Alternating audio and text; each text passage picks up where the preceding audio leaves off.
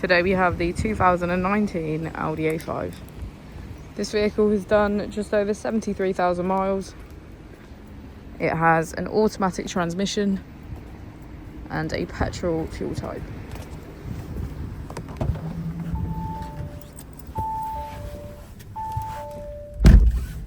To the left of our steering wheel, we have cruise control as a feature, and on the right we have voice control, automatic wipers and automatic headlights.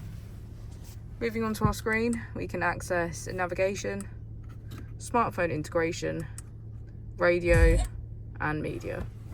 If we put the vehicle into reverse, we can see that it comes with front and rear parking sensors.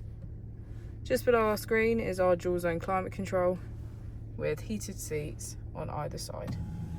If we press our drive select just below, we can switch between our 5 different driving modes. As we go into the back of the vehicle, we can see that it has black leather trim on each of our seats.